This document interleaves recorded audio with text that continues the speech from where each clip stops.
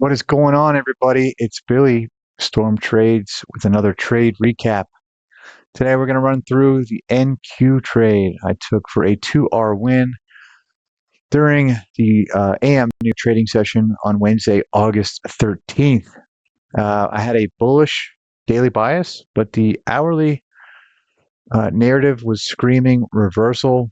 We swept the 1/3 ADR and had a nice change in state delivery. So we waited until we got until we were certain that sell side was the right call before we got involved with a short. And let's get right into it. So on the screen right here is the last 4 daily candles. I mark up my daily candles the same way every single time, as I'm sure you guys are painfully aware. Previous daily low, previous daily high. Let's run a fib from the previous daily candle. Okay. Are we currently asking the question, are we currently delivering from any sort of internal or sweep of external range liquidity? We're not, okay? However, so whenever we don't have that to go by, right, we go by, so that's basically like how Ash Trades does a daily bias, right? We're looking for internal to external and vice versa. And then I like to combine that with how T-Trades teaches the candle structure to understand where price is likely headed. So we didn't have a sweep here of the previous daily candle, but we did have a monster bullish candle and a very strong close. Okay, so today was Wednesday. This is Tuesday. So Tuesday closed extremely bullish over Monday's candle. Okay, that's an indication that we would probably want to maintain some bullish action. And that said, we also had a very bullish close through this swing high, right? So we want to see a swing high when it's traded into, right? So that's our external range liquidity. We want to see a wick through it. If we see a very strong candle close, that is also an indication of price being bullish.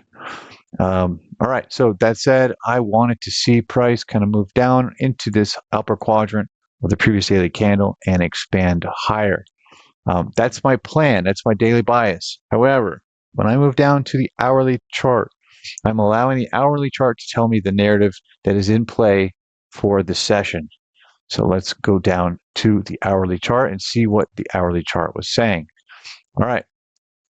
Now, hourly chart, I am looking for the most recent change in a state of delivery, and that is typically going to be confirmed by either the presence of a fair value gap or just a very strong bullish hourly candle close that disrespects some bullish PD arrays, right? So first things first, I want to take note. We had this series of up close candles, okay, that took, let's see, did it take liquidity? Well, obviously we did take a swing high here, but as you guys know, I like to pull up the ADR levels, and I love to frame reversals off of the 1/3 ADR, especially when we have a nice wick like that through it. So I see that wick up into the 1/3 ADR. I look down, we've got a lot of room down here to the sell side ADR. I'm starting to think short, okay? I've got a confirmation here in the term of a strong bullish candle close, and we have inverted this fair value gap right here. So once we closed below that bullish hourly fair value gap, to me this was enough evidence that we were in fact looking to take price lower. Now I'm going to mark off, we had a successful liquidity rate here. So for those who trade T-Trades style, right, this is the C1 candle, this is the C2 sweep, okay, that took the 1/3 ADR level, and then this was the C3 displacement candle. Now what would we expect when we're trading this candle structure? We expect the C4 candle to be a continuation. Where would we want to see continuation? Head towards, well, here's what we'd like to see: an open, some sort of a high, maybe to take some liquidity on the M5 time frame, and then a move lower. I always like to try and target the session highs and lows as my first targets. And we have an Asia low here that is yet to be run. Okay, and we have a lot of room to go until we get to the 1/3 ADR. I also want to make note, right? I'm trying to match up liquidity with other liquidity, right? So right here at the 1/3 ADR level, we have an unmitigated, very large bullish um, hourly fair value gap.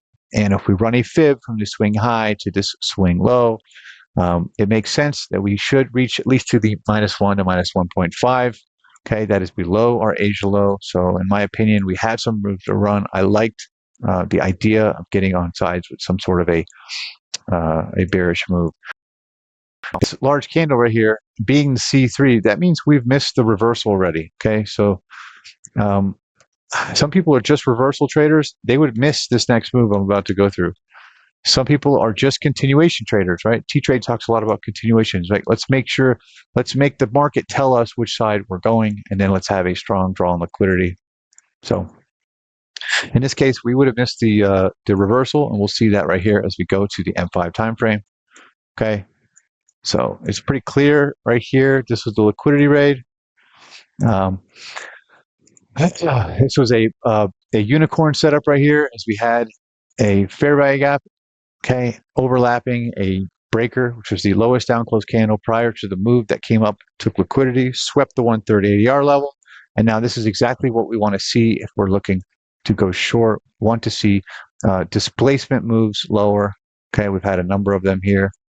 Now, a lot of people would say, they're done with the trade here. I mean, they missed it, right?